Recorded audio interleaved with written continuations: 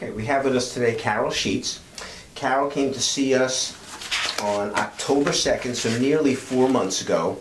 And Carol, when you came here, your chief complaint was a hyperthyroid, borderline Graves condition. Is that correct? Yes. Okay, and you saw multiple doctors for this problem? Yes. Okay, and what did they want to do to help you?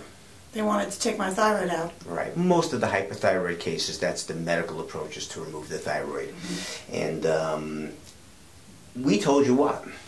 You told me if I changed my diet with adjustments as well, then possibly you could help me. Okay. And how'd you feel about that at the time? Good, because I had seen chiropractors before, and I knew that that worked. Okay, great. And most of the patients that come in are somewhat a little skeptical, but they're usually desperate enough to try anything as opposed to having surgery when maybe that doesn't need to be done. What were the chief complaints you were having besides the diagnosis and the threat of having your thyroid removed? I had loose bowel movements consistently. Mm-hmm. I was coughing. In fact, you can hear it in my throat now even, because the thyroid was enlarging. Right, they call it hypertrophy, yes. Yeah. And how are you doing with those problems now?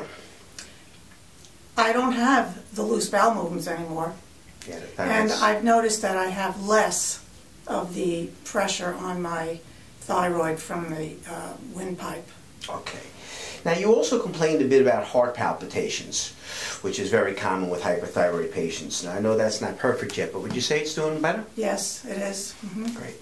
Now, the main thing, Carol, when you came in, we did a very detailed history on you, and the main thing we did was we ran some blood work on you. Is that correct? Yes. And what we found, looking at my notes here, was that you had very little TSH, which is the sign of hyperthyroidism, and you had very high numbers for your thyroid hormones. And you also had antibodies, which tells us that your thyroid was under attack by your own immune system. Does this sound? Yes. Okay.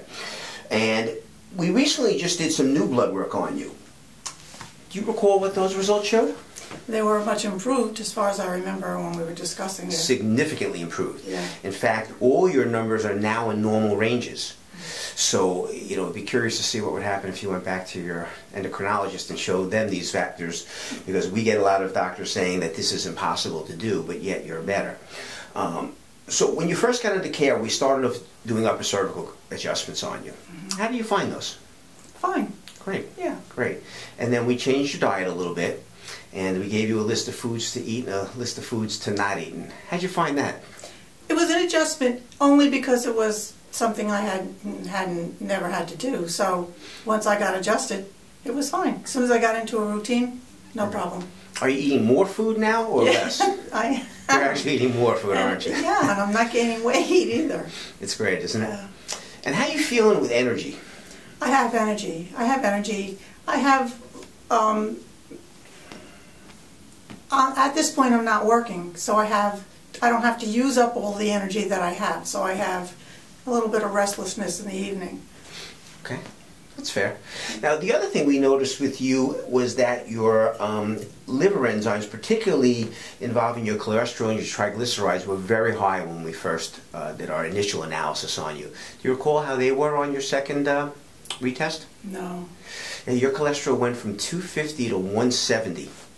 Your triglycerides went from 245 to now they're 75. It's remarkable. And probably you're as much to give the credit to as anyone, because we gave you some things to do and you did them. And it didn't require, you know, major medications or even supplementation for that type of problem. It was really just changing your diet, getting your thyroid under control and getting healthy. Right. Carol, what would you say to someone who's thinking about maybe using our services, myself, Dr. Weinstein and Dr. Sinagra? No, I would absolutely tell them. In fact, I have done that already. I have a friend who had a thyroid, has a thyroid issue, and she feels very tired all the time. And I said, you know, you should go and see Dr. Weinstein and Dr. Sinagra. You know, what's interesting, Carol, is most of the hyperthyroid patients we see have already had their thyroid removed, and now they're having hypothyroid issues because they're not doing well with the medication. So it's, you know, great for us to have someone who came in prior to the surgery to give your body an opportunity to get healthy naturally and avoid this, you know, surgery and this dilemma. But certainly, if someone has had surgery already and they're not functioning well, you know, we certainly believe that. That was really a surprise to me, because that's not sold to you when you taking a pill is what was sold to me, and it was supposed to cure all of my issues. But that was the problem that my mother had, taking a pill.